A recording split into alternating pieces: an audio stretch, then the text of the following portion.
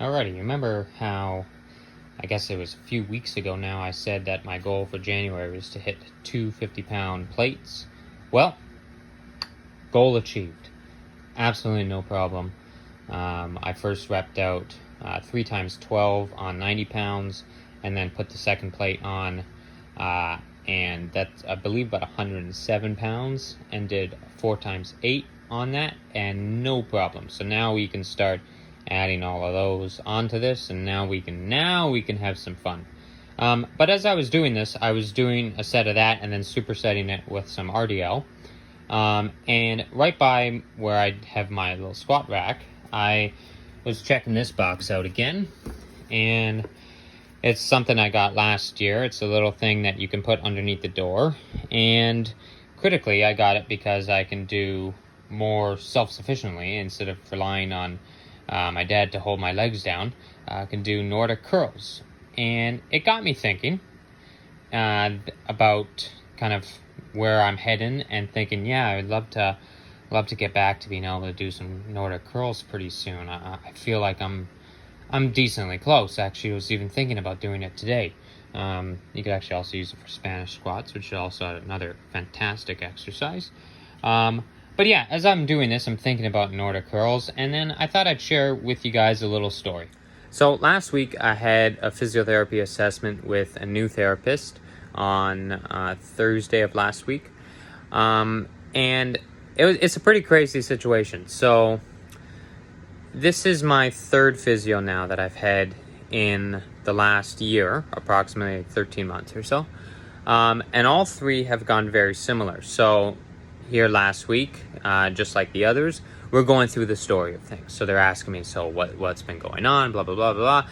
And I'm running through it, and, I'm saying, kind of things really kicked off November 8th, 2022, when tore right semimembranosus, distal semimembranosus, and like a grade 2 tear, not a full rupture or anything like that. But yeah, and then I was doing rehab for it and stuff like that over a period of several months, but the thing wasn't getting any better. And all three of them then asked me, and they kind of did it, I will say, kind of like they were interrogating me to check on things. Like all three of them, when I said I was rehabbing it, they all go, oh, so like what exercises were you doing? Kind of in that tone, like interrogating, like to see if I'm doing the right things. And so then I start running through it, okay? So I start going, yeah, I did this, and then I progressed to that, and then I progressed to that, and I progressed to that, and progressed to that, and I'm just talking away, and I'm seeing kind of their eyes kind of start to, like, widen, and I can see, I'm one of the talents I have is I'm pretty good at reading people, and I could see that there were a lot of things that I was mentioning that I could tell they didn't really know what I was saying. But then at the peak of it, the peak of this kind of wide-eyed look came to when I said, and so I finally got myself to being able to do Nordic hamstring curls. All three of them, as if it was like rehearsed, because they were like in unison by how they said it and the tone and everything like that. All three of them said, "What are Nordic hamstring curls?" I'm not joking. They had no idea what I was talking about. And so I'm explaining it. And I'm like doing little stick figures with my hands. I'm like, yeah, you can have someone, hold your feet, and then, you lower down, and it's like eccentric load on the hamstring, you know what I mean? It's a great exercise. It's like kind of like the thing to do, like before, like return to play. There's a lot of other ones, obviously, but it's kind of like it's a good one.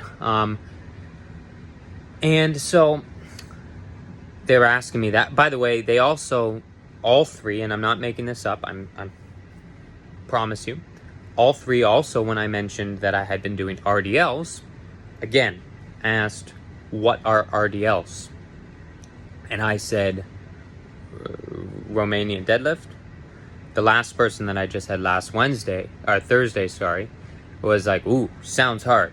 Just, I guess because it was called a Romanian deadlift. I don't know. Ooh, sounds hard. And again, I'm explaining. I'm like, you lower down, kind of like thing. It's great exercise. I'm explaining what a Romanian deadlift is. Like acting it out for them. But it was, so that's one thing. But the Nordic curls in particular is, to say it's concerning is a massive understatement. That 3 physios, all 3, by the way, who went to 3 different schools here in Ontario and are 3 different ages. One's a little bit older, one's a little bit younger, and one's in the middle. Did not know in the slightest what I was talking about when I said Nordic hamstring curl. As I said, there are a lot of exercises out there, especially like for hamstrings, for legs. There's a lot of exercises out there. But I would say, without having an exact number on it, Nordic hamstring curls are the one, probably they're up there with the one that has probably the most research that has been done on it. It's up there. And so, I mean, Romanian deadlift as well has, I mean, it's a pretty common exercise. But yeah, in terms of the research realm of things, Nordic hamstring curls are pretty well up there. And so, yeah, the fact that 3 of them had no idea what I was talking about, but yet felt okay to ask me what exercises I had been doing, as if there was maybe one magical exercise that I had been missing, and had no idea what this was. So, like, which exercises were they going to prescribe? Glute bridges? That's it. That seems to be all they know, because they knew what I meant when I said bridges. But when I started talking about hamstring curls and RDLs and things like this, no idea. Nordic curls, no idea. Equally concerning is that while they had no idea what that was, all 3 had asked me if I had previously done any. You ready for it? There was more than these 3 that I'm going to mention, but these 3 in particular, because all 3 had asked these similar, had asked me if I had done any scraping, cupping, or dry needling before on the hamstring when I was rehabbing it.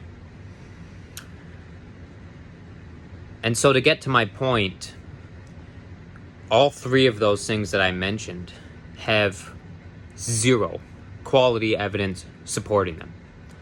And yet all 3 of these physios were well in support of them and are asking me if I had done them. And yet have never heard of a Nordic hamstring curl before. And so I said it before, and I'll say it again here now, permanent, because before it was just in a story that fades away after a little bit of time. But now I will say it permanent. And that is, this is just my recommendation to you, that if you go in for a physiotherapy assessment or a session, whatever, and 95% of the time, or just pull up a big number, percent of the time, they are doing manual therapy, you're up on the table and you're doing nothing. And then the remaining 5% of the time is exercise, prescription, and education. I don't think things are going to work out as you hope. A lot of those things may have some short-term gains to them, maybe some short-term gains, but none of them will cause long-term adaptation versus exercise, which is long-term physically, but also has massive mental benefits to it, because you're not relying on someone to take your pain away.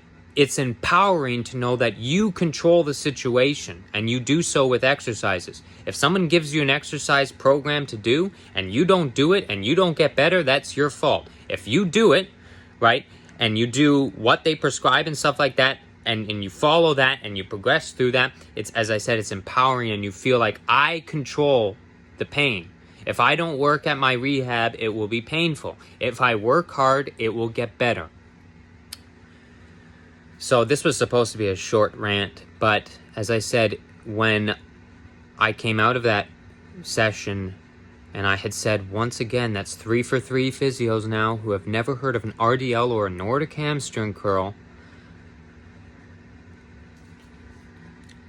it's truly, it's actually heartbreaking. Like, I actually want to cry right now. Like, it's heartbreaking that somebody doesn't know what that is, and yet they call themselves a physio. It's infuriating, and it drives me nuts. And anyways, I'm going to stop ranting on it. I'm going to get onto the bike and continue with my day. But I just thought I'd share that story. As I said, there's more exercises than Nordic hamstring curls. I'm not suggesting that it's like the be-all and end-all, and it absolutely is not. But all I'm saying is to be asking the person, like, what exercises have you done, and not know half of the things that I've said, and yet be like, have you tried cupping or dry needling? Two things that do jack. I've had both of them done, and many times, and I've drunk the juice before of, like, I'm being vulnerable and desperate and wanting, like, something to happen, and someone's like, oh, let's try dry needling, and in my head I'm like, it's not gonna do anything, but I'm like, Frank, let's just try it. Let's have an open mind. And it did jack. Absolutely jack. And it's not just me saying, oh, because that's anecdotal evidence. I'm saying you look at the research and there is zero high quality evidence showing that it does anything for you long term versus exercise, which there is a mountain of evidence supporting doing exercise for things like hamstrings or any injury or anything like that. Anyways, that's with today's rant. It was supposed to be a 1 minute long story. I think we're at 12 minutes. Maybe this will go on YouTube instead of Instagram. But if you've made it this far, thank you for listening. And once again, I will say, if I can give you advice, please understand that exercise is the way forward. Manual therapy and relying on people to take your pain away for you will do nothing long term. Absolutely nothing. Not only does the research not support it, but just think about the mental side. Think about the mental side. If you have to go and you have to pay someone every time to take your pain away, A, it's costly, and B, what does that do for your psyche? What does that do? You have no control over the pain. That's what you're saying. You have no control over the situation. If you control it and you understand that if you work hard, it will get better, I am telling you, that is what is going to get you out of things. And I am not saying by any means that this is every single practitioner out there. I'm just telling you what I have witnessed and experienced myself over the last, decade plus, having seen at least easily 50 different physios and chiros, from London to Guelph to Hamilton, Toronto, and Thornhill, Newmarket, you name it, I've seen someone there. And what I have seen and experienced is treatments that are very lean in terms of exercise and education, and very heavy, with a very heavy reliance on passive treatments. And I think that needs to change. And I understand it. I understand from the patient's perspective, because as I said before, I have been in that position where, you're feeling desperate, even just in the last year. My physio of all people recommended an osteopath, and as I said, I was desperate. I was like, I've tried this and that, it hasn't worked. She's talking super highly of this person. I'm just like, whatever. Like put my feelings aside. Let's just let's go for one. Let's see what happens. And I took $160. That is painful because I don't have a lot of spare income. And I went to this person, and they proceeded to do basically Reiki on me for 45 minutes, basically like meditating over my leg. No idea what they were doing. Eyes closed and just like, I don't know, doing something. I have no idea. And then proceeded to try to mobilize my iliac artery as if this was affecting blood flow through my pelvis, and as if they could mobilize the artery. But it was just like, my guy, over the last year and a bit, I have literally had multiple Doppler ultrasounds done on my entire leg and my entire pelvis and genitals. Like, trust me, the blood flow is A-okay. You ain't mobilizing nothing. But anyways, I understand, is what I'm saying. People can get desperate when they've had pain for so long. And you know, they're willing to try anything. And I wish that thing was exercise. I think it is a lot more effective for you in the long term, both physically and mentally, to be an active participant in the treatment. Anyway, sorry to rant for so long. And yeah, hope whatever you're dealing with, you get the care that you need and can get better. And yeah, as I said today at the beginning, a big step checked off, doing the leg extensions with the highest weight, the single leg extensions with the highest weight I've done since being injured. And now that we got 2 plates on it, we can really build and really strengthen the daylights out of this leg, and then put even more power out on that bike and be even better of a runner.